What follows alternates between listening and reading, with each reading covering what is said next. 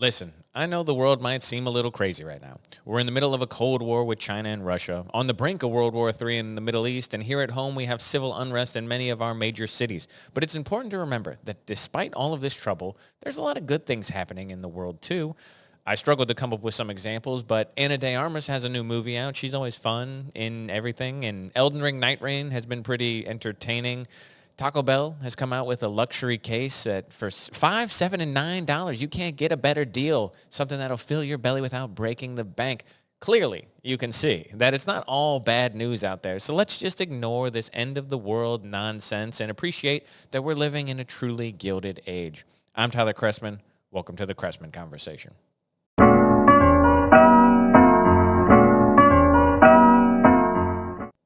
Okay, hello everyone. So we have three topics that we're going to be covering this week. Going to be talking about the riots in LA, Chinese smugglers trying to plan a new pandemic, and the war in Iran, because that one just basically happened overnight. So we don't have a lot of information, but we're going to talk about it anyway.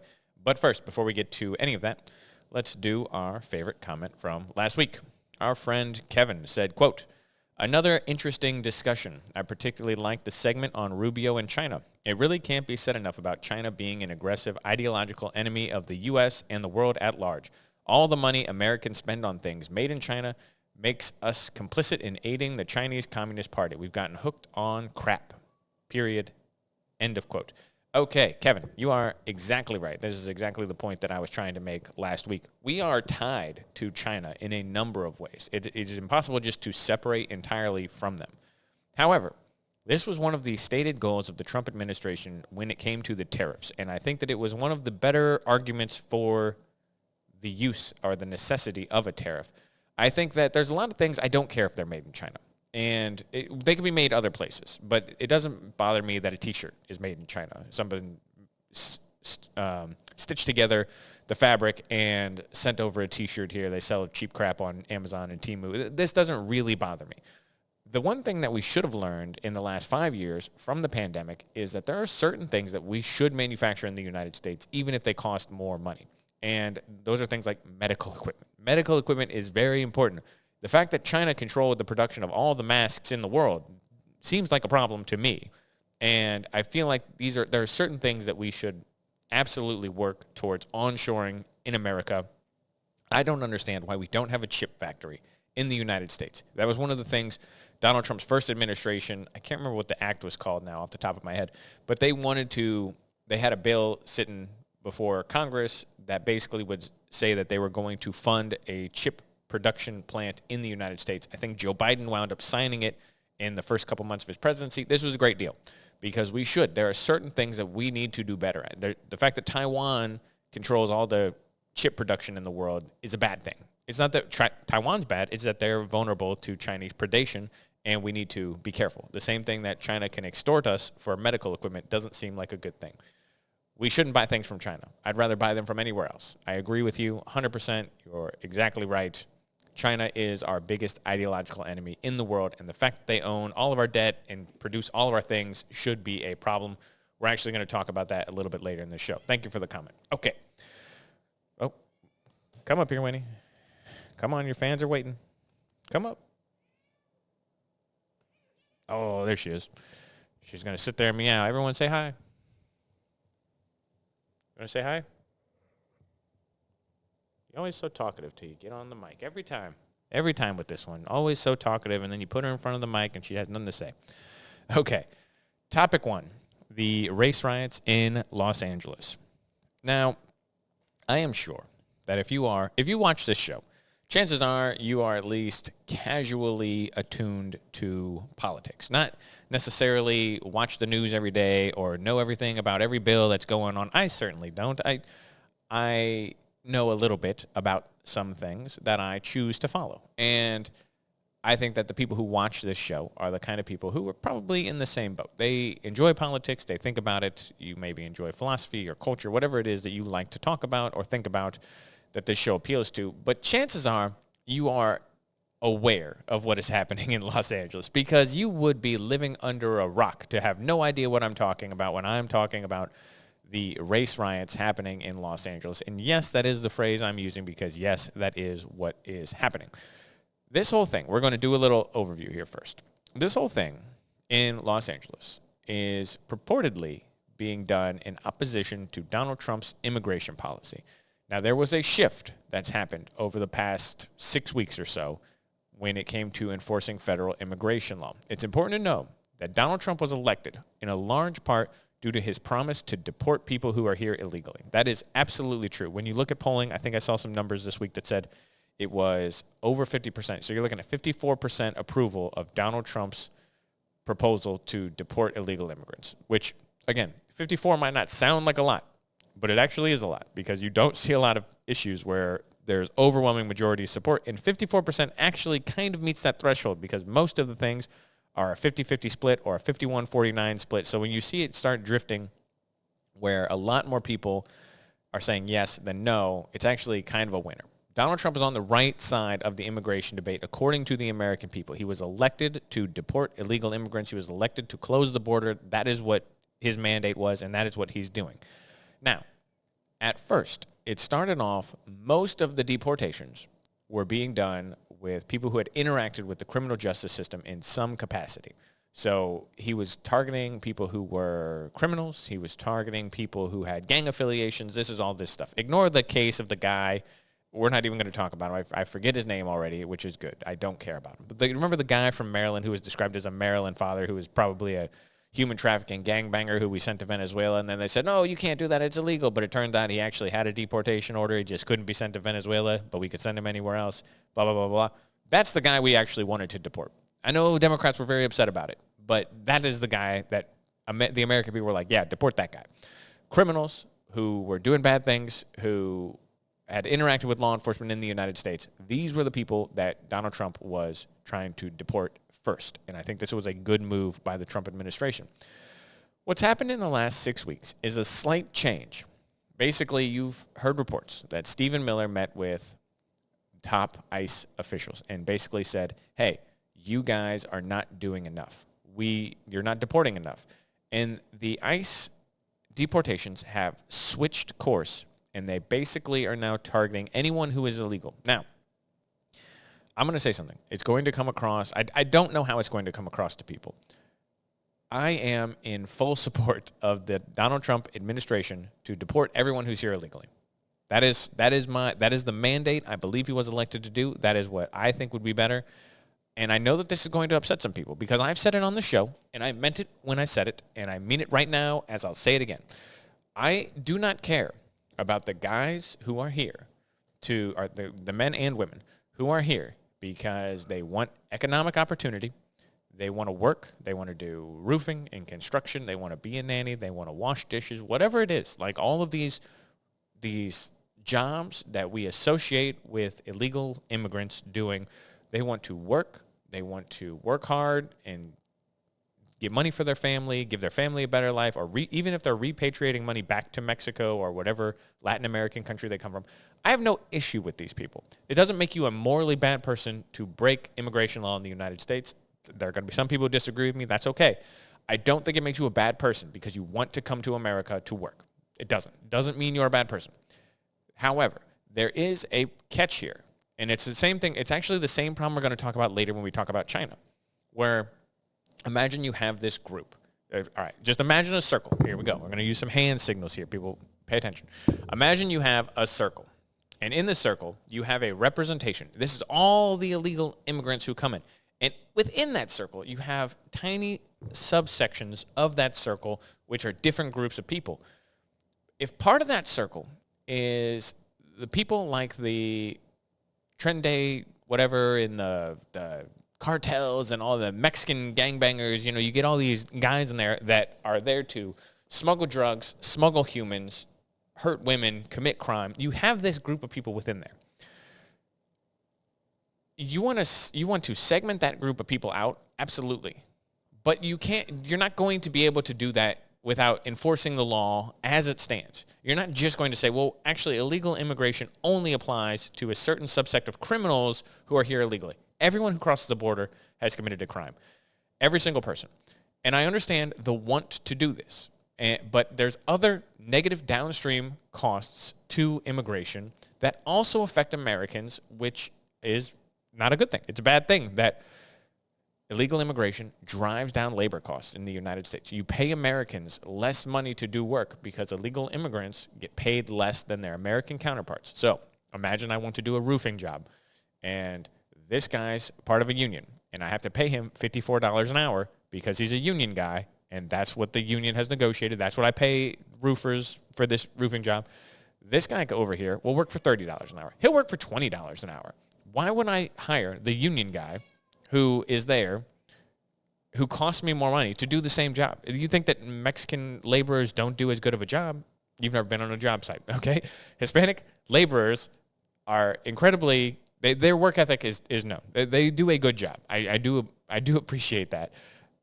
But they're driving down labor costs for skilled workers in America and low-skilled workers in America. And that is a true thing. And on the whole, they always say that illegal immigrants, first of all, they don't pay taxes.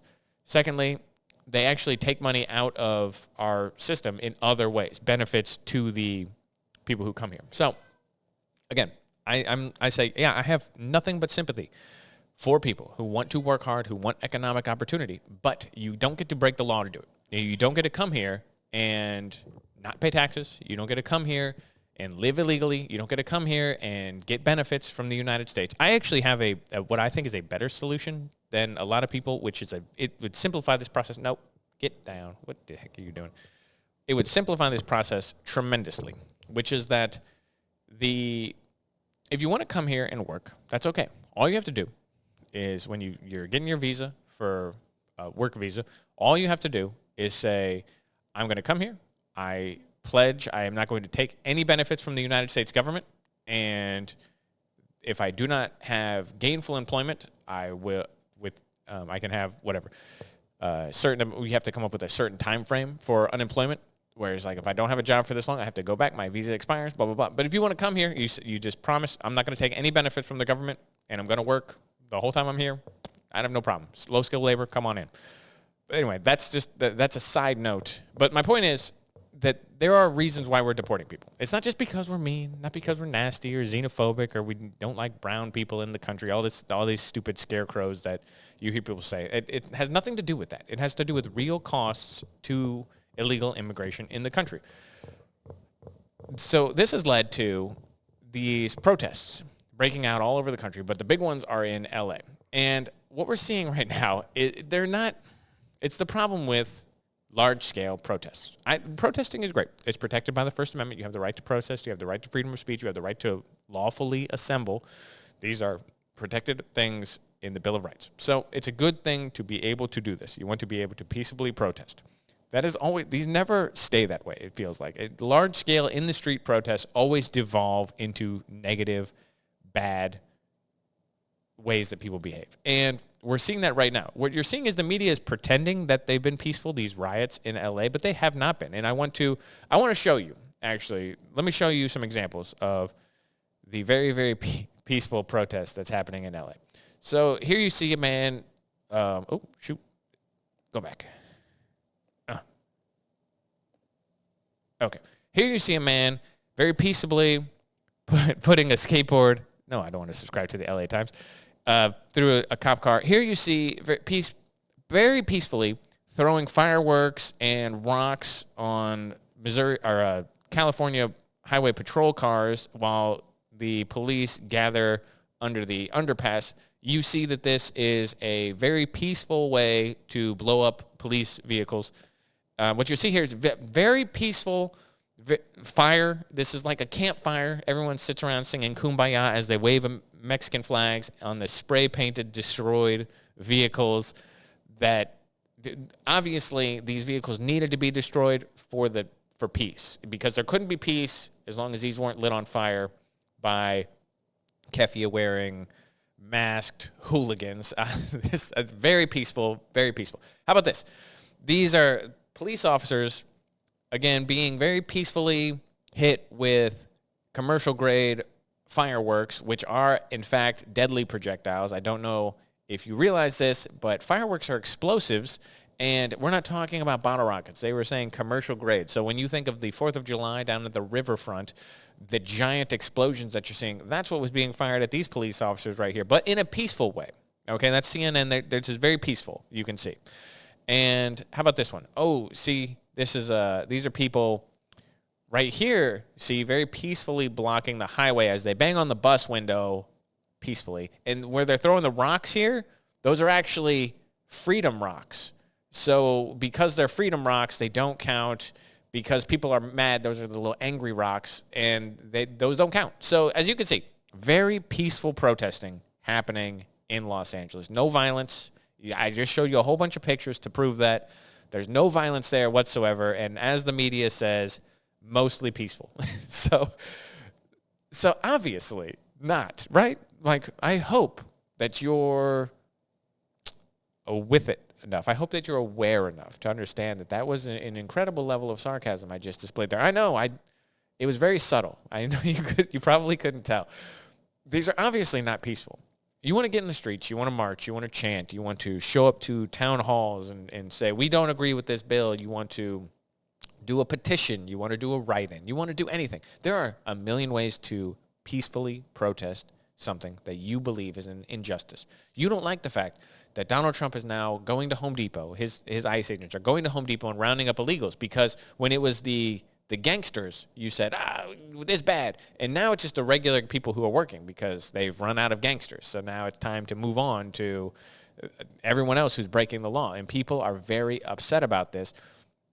This is what it always comes to. This is what the Black Lives Matter riots became in 2020. And this is always the way it is. This is what the Ferguson riots were in 2014 and 2015. This is not peaceful. And what you're seeing here is just the continue. When you're interviewing people in the crowd, when people have gone out there and talked to people, they don't have a coherent reason for being in the streets. It's never just immigration. It is anti-capitalism. It is Marxism in action. These people are anti the government, anti-imperialism, anti-colonialism. These are people who want to destroy the West. It has nothing to do with the guy who's being deported from Home Depot. It has very little to do with him, at least. It is not that. This is a wider call to destroy Western civilization by a bunch of unhinged Marxists. And a lot of the people who are in the crowd don't understand this. I said this about Black Lives Matter. They're out there protesting because they think that Donald Trump's immigration policy is bad. And that's okay. But you're being used. You're being used by people who are using this issue as a wedge issue to push social and cultural Marxism in the United States, and you're just falling right for it. This does not make Democrats look good. But people don't care because Republicans don't get in the streets. I know what you're going to say. And I can hear you already. It's like the clairvoyance. I can just see it in the future. Someone's going to say, Tyler, what about January 6th? What about that terrible day that the Republicans tried to take over the government? Okay, let's talk about January 6th for 1 second. We're talking less than 1,000 people who went into the Capitol, caused very little damage. The only person who died was one of the rioters in January 6th. You want me to say January 6th was dumb? Yeah, I agree. One day in one location with minimal property damage and no loss of life except on the side of the protesters doesn't compare to billions and billions of dollars during 2020 and these riots in LA, which I'm sure are going to wind up numbering in the hundreds of millions of dollars. That's how much rioting is happening in LA, and it's spread to other cities, though LA is obviously the biggest one. It's always on one side that does this. Democrats get mad. Democrats take to the streets. Democrats burn shit down. Republicans get mad. Nothing really happens. January 6th happened. Okay, one day. Again, I look at that, and I just don't see the crisis that other people see. I really don't. It's the only insurrection in the history of the world in a country with more guns that ever existed where people just forgot to bring them. Oh, okay. Yeah, that makes sense to me. No, it doesn't make any sense whatsoever. And it's always one side that does it, and we just need to remember this. So, in response to these riots, Donald Trump deployed 2,000 members of the National Guard and hundreds of Marines to assist with law enforcement on the ground, helping to quell the riots. And how was this? This was the first time the National Guard has been activated without a request of the governor since 1965. So it's been a long time since the president just unilaterally activated the National Guard. What happened? Did the mayor, Karen Bass, did she say, thank you, Donald Trump, for your help? Did Gavin Newsom, the governor of California, say, Donald Trump, you're the best. We appreciate you being so quick to help us out of this terrible situation? No. There is an outcry from the California state representation who says that this is a usurpation of power, that Donald Trump is trying to impose national will. Donald Trump actually is making the situation worse. I know that we have a bunch of Mexican flag waving criminals in the streets. It looked like an invasion force, burning down cars, burning down buildings, and assaulting police officers. But Donald Trump, this really is your fault. And just so you think I'm not being unfair here, let's listen to what AOC has to say on the situation. If we can play this video. That has happened. It's his decisions, his aggression, his ability to all of this chaos unfold in Los Angeles.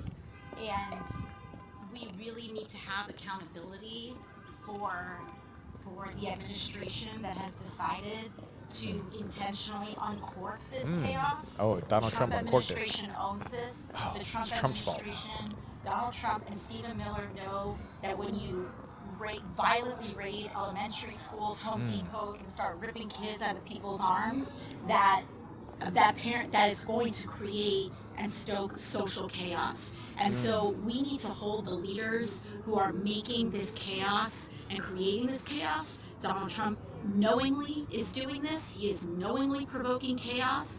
And at the end of the day, he has to answer for everything that has happened. Wow. Deep words. See, Donald Trump did this, guys. I don't know if you know this, but when these Mexican gangsters wave foreign flags on American soil while they burn down cars and assault police officers, it's really Donald Trump's fault that they're doing that, because Donald Trump enforced the law of the United States by deporting people who came here by breaking the law, illegally entering the country. When he enforces the law, it's really him who's forcing people, they're just forcing them to get out in the streets and burn down cars. Do you understand? See, when people break the law and then you enforce the law, people get upset. They don't like it. And obviously, AOC, the great thought leader of the Democratic Party, she figured it out. It's all Donald Trump's fault. Obviously, every problem in the country, we should blame Donald Trump. Everyone knows this. I understand. Again, I understand where you say, hey, when they went into an elementary school and they arrested some parents who were here illegally, or when they go to the Home Depot and they arrest those guys standing out front, people don't like that. I get it. People don't like it. It's messy. It doesn't mean you get to go burn shit down. I don't know what to tell you. It doesn't work that way.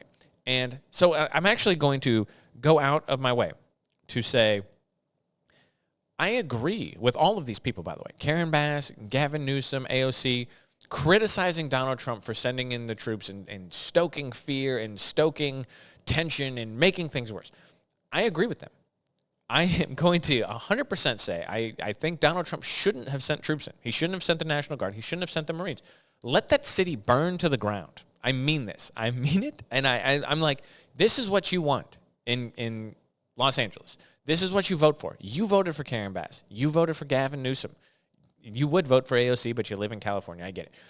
If you want to live, you don't need the National Guard. Hey, if you want to ask for the National Guard, Donald Trump should have said day one, hey, if Karen Bass wants the National Guard, we're on standby. Let us know. I would have said that, because you know what? You can't police people who don't want to be policed. If you think Karen Bass is going to come out there and say, Donald Trump, this is his fault. He stoked tension. Your city's already burning to the ground for the second time in your administration. And you think that it's Donald Trump's fault that it's happening. It's ridiculous. There have been hundreds of arrests. Deport all of them. Deport everyone who's there illegally. I am 100% in agreement with this, but I do think that he made a mistake. You should have come out and said, the National Guard's on standby. Anytime that they want them, you can have them, but they just got to ask because, hey, they want to play games. I get it. You don't want people to get hurt. You don't want things to get burned down. That's a Democrat city in a Democrat state with a Democrat mayor who is blaming Donald Trump for this problem. Donald Trump should just have done exactly what I'm telling him to do. Say, hey, National Guard's on standby. If you don't want your city to burn down, all you got to do is ask the president for help. I'm here for you. But, that's your call. It's your city. That's what she wants, apparently. So let that city burn to the ground. And I know that's going to come across as callous, but California votes for this. They don't want criminals deported. It's a sanctuary state. By the way, do you know what that means? That means that the Donald Trump administration, they have to go into elementary schools and they have to go into Home Depot to arrest illegals because the cities and the states in California do not work with ICE to deport illegal immigrants. If you're arrested, let's say in Missouri, you're arrested in Missouri, you're an illegal immigrant, you've committed a crime, the jail reports you to ICE. ICE comes to the jail. They take you out of the jail. You're deported. That's the way it works. In California, no one works with ICE. They do not notify federal officials if you have a warrant or if you have an illegal deportation order. If you're here illegally, they don't work with them. So you have to go into the elementary schools. You have to go to the Home Depots. You have to go into the community to do it. It's exactly the point Tom Homan made earlier this week. And that's on California. It's not on Donald Trump for just enforcing the law. Anyway, we are going to move on. These next two topics are going to try and be a little quicker because I don't have a lot of information. I don't have a lot to say. But topic 2, the Chinese smugglers. This story is underplayed a little, but it is kind of a big deal. I know we kind of talk a little bit about espionage and our Cold War with China, but Chinese spies are real. Half of all espionage cases tried in the United States have to do with Chinese individuals or people who work for the Chinese government. China is very, very, very interested in infiltrating aspects of American life and American government and trying to impact people or get dirt on people or find things to extort people. They are very interested in doing these things. That's what happened to Eric Swalwell. Eric Swalwell got in a relationship with a woman from China who turned out was a spy. She was feigning interest in Eric Swalwell to get close to him. Little Ming Ming or Fang Fang, whatever her name was. I can't remember now. It was something like that. It was, I think, Fang Fang. Fang Fang. I think it was like a double name. Fang Fang, I think, is what it was. Something like that. But she got close to Eric Swalwell, and they're like this with all politicians in the United States. And we have to realize that that is a real threat to America. Because this is how you get people who are compromised, and this is how you wind up with politicians who are under the thumb of a foreign government. It's just like this. This one's a little different. This case is kind of crazy. There were 2 people who were charged with conspiracy, smuggling goods, false statements, and visa fraud. I'm not going to attempt to do all of the names because that's pretty hard to pronounce. But one of them, his last name is Zhang, and he's 33 years old, and his girlfriend's name was Lu, and she is 34 years old. These 2 smuggled a fungus into the Detroit airport and then lied about what they were bringing. So basically, they were bringing this fungus. It's called Fusarium graminarium.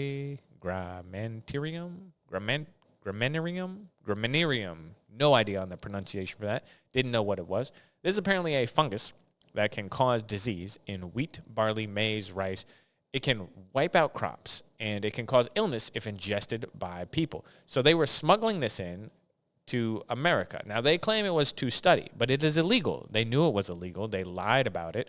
They tried to hide it, and they eventually got caught bringing it in after, I think they made 4 separate trips or sent four parcels through the mail of this into the country before they got caught. But they were caught. They were arrested. Now, you say, well, they haven't confessed anything. But they have, except because they weren't supposed to bring it. They knowingly went against it. It's a fungus specifically designed to kill crops and make people sick. And I guess the FBI is alleging that they are using this, or they were going to use this, to manufacture a pandemic here in the United States. And in a separate case, so not related to the first one, the FBI arrested another man her name was Han, who's a PhD student here on a student visa, who brought in 4 other packages of, and this was a quote, biological materials. So Han made false statements about what was in the packages and had erased her entire cellular device prior to boarding her flight to come to the United States. So obviously, she knew something she was doing was illegal. She later admitted to lying to the FBI about what she was smuggling. They haven't made it clear exactly what she was carrying. But again, same deal. Smuggling into the United States. Both stories came out of Detroit, which I think is kind of interesting. It's troubling to me. And it's part of our thing where Donald Trump kicked around the idea of revoking student visas from Chinese students who are here in the United States. And it's like what we were talking about with the illegal immigration earlier. Most Chinese people, whether you're talking about in China or in America, around the world, most Chinese people don't have anything to do with the Communist Party. Most Chinese people just live their lives because there's like 1 billion Chinese people. And most of them are good, fine people, the way that most people are good, fine people. But there is a small percentage of people from China who are interested in espionage or destroying America or work for the Chinese Communist Party or are full-fledged communist believers who actually are here because they want to undermine America or they want to do something harmful to this country. Now, how do we figure out who's who? You can't always. It's the difficult part that we were talking about earlier. So this idea, should we allow our ideological enemy to send people to the United States to study when their PhD students are smuggling things into this country to create a pandemic? I don't know. It's a good question, and it's one that's worth asking. I don't know what the answer is. I've been friends with a lot of people who are from China. I've actually had the pleasure of knowing quite a few people who are Chinese. Again, fine, great. They're just like any other people. There's nothing different. The problem is that some people from that place do want to bring about the downfall of the United States. And we can't figure out always who's who, and we shouldn't have to wait until they smuggle something illegal into the United States to do it. So it's kind of a problem. I don't know the best solution, but it's worth considering this idea that should we allow somebody or some people from a government that we don't like, that is our ideological enemy, to send their students here to study in our universities, to steal our intellect, which is what China also does. They steal our intellectual property, to smuggle things into the United States, and then undermine our civilization. Again, I don't know, but I think it's worth asking. Anyway, I just wanted to real quick touch on that. And I want to real quick touch on this because I don't have all the information because it's a new story. It just broke this morning. I had already put together a podcast kind of outline, and then this story broke, so I got to talk about it. And so we're going to talk about topic 3, Israel attacks Iran. So it's still early, like I was saying, but we know that Israel launched an attack on Iran, targeting their nuclear sites. They damaged the enrichment centers in Iran. They killed many of the top military officials, including the Iranian Revolutionary Guard chief and senior commanders, as well as 2 of their nuclear scientists. In retaliation, Iran launched 100 drones, all of which were shot down by Israel because Israel has some of the best air defense in the world, which is great. This is, I think, a good thing. I know that that's going to, again, this is a controversial subject. I am for extending the might of the West into the world. Israel counts as part of this. I think 10 years ago, there was an argument to be made that the Iranian regime might moderate. They might be able to be brought into the League of Nations, and maybe you could make a deal with them where they'd be good and it would be all fine. I don't think you can do that anymore. There is no way that you can trust Iran at all. Look at what they've done in the Middle East. Look at the attacks from Hamas and the Houthis and all of their proxies that are fighting, Hezbollah, all of their proxies that are fighting wars in the Middle East, and ask yourself, would they be good with a nuclear bomb? The answer is obviously no. We don't want Iran to go nuclear. Iran is one of the most dangerous countries in the world. They're the largest, I think the largest funder of terrorism throughout the world. I don't think that there's a contest there. I think that they are absolutely the largest funder of terrorism throughout the world. So no, we don't make a deal with them. We don't make a nuclear deal. We don't give them the civilian capacity to build a nuclear bomb. Well, we just want it for energy. No, you don't. No, you don't. And you're a liar. And we know you're a liar. And now you don't get anything, which I think is actually a better policy than any deal the Trump administration was going to make, any deal the Obama administration was going to make. I think that Donald Trump, obviously the U.S. didn't bomb Iran, but we obviously gave Israel the go-ahead. There's no way Benjamin Netanyahu just decided to bomb Iran without the U.S. knowing. And it was reported that the U.S. did know. So obviously we gave them the sanction to do this. Bomb Iran's enrichment facilities, their nuclear facilities, until there's nothing left, until it is dirt and debris so fine that you mistake it for grains of sand. Don't let Iran have anything to do with enriching uranium in producing nuclear power. It's not something that we don't need to negotiate with them now. No Iran nuclear deal. Your facilities have been blown up, and that's for the good of the world because you cannot be trusted with a nuclear bomb. If they have a nuclear bomb, it's just over for Israel. I do believe that they would be the one place in the world. I worry about Pakistan.